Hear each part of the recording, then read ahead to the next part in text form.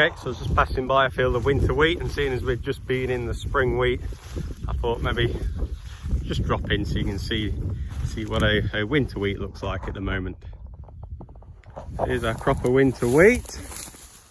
Here we can see, we mentioned leaf 1, the flag leaf on the winter wheat now. It is fully out. So we have it here. You can tell, just feeling the stresses of the dry weather, rolling its leaves. You see them rolled rather than being flat and open. Just a bit of a defensive mechanism, a bit of stress, just rolling, trying to really prevent moisture loss out of itself. Now, green area is so important on a crop because obviously that's where the light is intercepted and it builds our yield. So what we need to do is keep the leaf as green as we can. Now, if you see on this plant here, you can see these markings. These markings are from a disease known as yellow rust. The actual yellow rust at the moment on this one is no longer active. There is a couple of little spores, but they've dried up just on the bottom here. I don't think you'll see it on the film, but you can see how we've got these stripes down it. So yellow rust was in. We have used a fungicide on here which has dried the yellow rust up and stopped that travelling any more through the plant. We will be coming back through here with another fungicide to protect this leaf 1, because with the temperatures now getting 20 degrees and above, we'll get another type of rust in here which is known as brown rust. And that will do exactly the same. It'll strip out the green leaf area on these crops, which will have a massive impact on the yield. The most damaging disease we get within wheat is one called septoria. But septoria is a wet weather disease. It needs the rain droplets to splash the spores up the plant. If you can see these brown areas in here, that would have been septoria. But there's no black dots, which is the fruiting bodies, no black pycnidia in there. So that is dry septoria. And septoria is the most damaging to actual yield, but it's a wet weather disease. And with the dry weather we're having, we're not seeing the septoria, but instead the rust takeover as being the most prolific disease what we get. So these will need a little help just to keep them tidy. We select the varieties best we can from a disease resistant package as well. So again, the trials we have on the farm just allow us to keep one step ahead of what the rust is doing, and hopefully make the judgments to get the crops that are going to fare better. Okay, so here we are in another crop. So you can recognise the yellow flowers on here. This one is oilseed rape. Now, oilseed rape used to be a very important crop for us on the farm. It still is, but we are having challenges now with growing oilseed rape. Here's the oilseed rape with its yellow flowers. Normally in March it'll start flowering, and it's coming to the end of the flowering now. Then flowers setting its pods, mainly pollinated again by the bees and the other insects. Set the pods. You can normally get a timeline on a rape stalk. It tells you what the weathers have been like. So here you can see we've not had pods set. We've not had pods set here, but we've got pods above. That is normally caused by frost. So if you have, and we did have some frosts about a week ago now, so it would have killed the flowering part away of the plant, so it couldn't pollinate and became sterile basically on that site there. So here you can see the pod growing here, stigmatas around it. The bees and other insects have done the job and pollinated that, so now we've got the pod growing. So yes, oilseed rape used to be a very good, what we call a break crop. So winter wheat's our main crop on the farm, but we can't keep growing winter wheat after winter wheat for several reasons. One of them is a pathogen in the soil which we know as take all.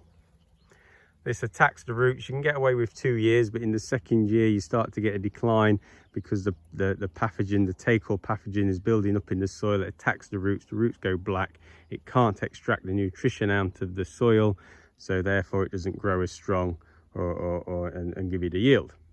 Now actually, what also happens, as well as the bad pathogen building up, you also get good pathogens build up. So after year 4 you get take-all decline, and you actually go back up to where you was at the yield of the first wheat. But the problem with doing that, with growing wheat after wheat after wheat, is you get a weed burden build up. So we have a weed called blackgrass, which is really hard to tackle with the likes of your chemistry. So the best way to do it is a cultural approach, using wide rotations to spread it out. So things like rape, drilling at different times of the year, combating when the blackgrass is growing. Again, there's different chemistries which we can use in the rape to hit the blackgrass down. But then in a good crop of rape, you get a really good canopy. Shades out the light, stops it getting down, and blocks it so the blackgrass can't grow. We could then follow the rape again with the first week and be back up to it. But we're struggling at the moment with rapes. We used to have a seed treatment you could put on the rape, which when it was in its early stages, so when you've got the cotyledon, the first leaves coming out of the ground, there's a beetle which attacks it, the cabbage stem flea beetle. It eats on them leaves, takes the green area away, and that young little plant just cannot grow. So you get death of the plant. If they don't kill it, they lay their eggs, the larvae get into the plant, and it actually bores the inside of the stem out, which stops the nutrition from flowing in the crop, and it can be devastating on the crop. This crop's not too bad. It's nowhere near what we used to look like in the rape. So we've probably had a third of damage in this crop, in this particular crop, but we've got other crops which have nearly been decimated by the flea beetle.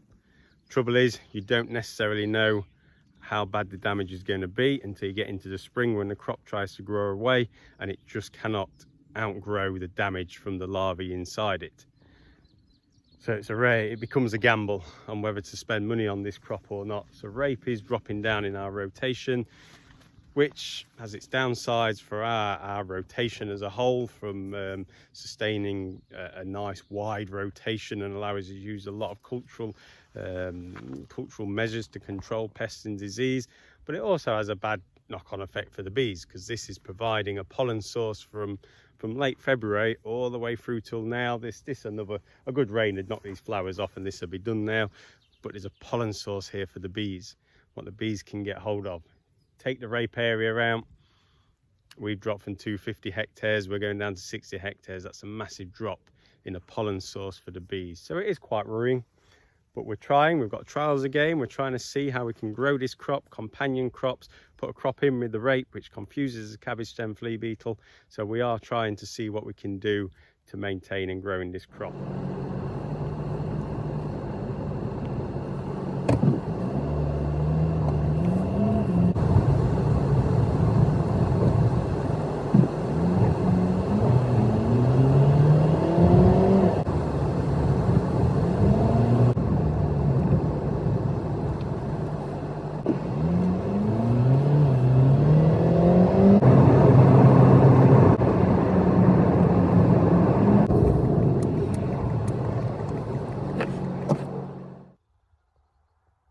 So I'm now in the chickpea field. If you remember last month, I showed you these chickpeas going in, which was the 24th of April.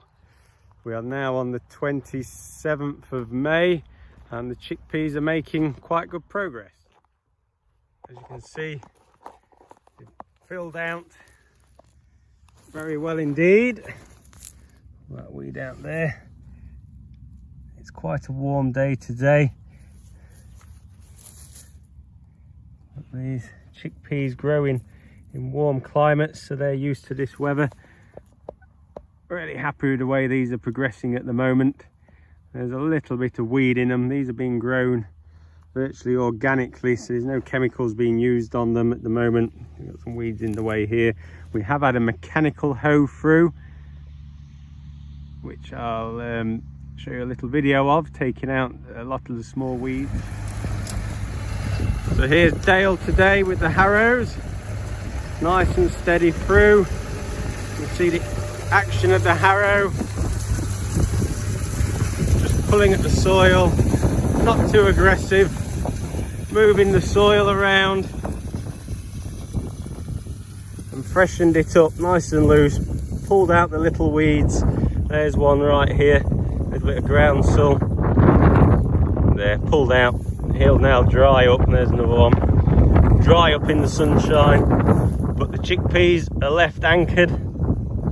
Looks a bit rough behind him, bit of leap of faith. I hope they're going to grow all right through it. So that's with the harrow through, and there's without. Turn around and look the other way, certainly shows the difference. But if we look, all it is loose soil on the top, dust them off and they're back again. So a couple of days time these will pick themselves up, come out in the ground, and might even grow even harder now because we've moved the soil. We've got air into now around the rooting zone, so it's a lot healthier zone for the plants to be growing in. At the moment, yeah, not doing too bad. So here's a little bush, if you like, going out here, and we will have just in here anytime now we'll start to get some flower buds coming on here where the pods will form.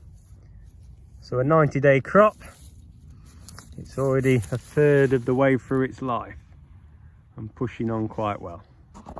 We'll head to the final crop, final arable crop we have on the farm now, which is our spring barley.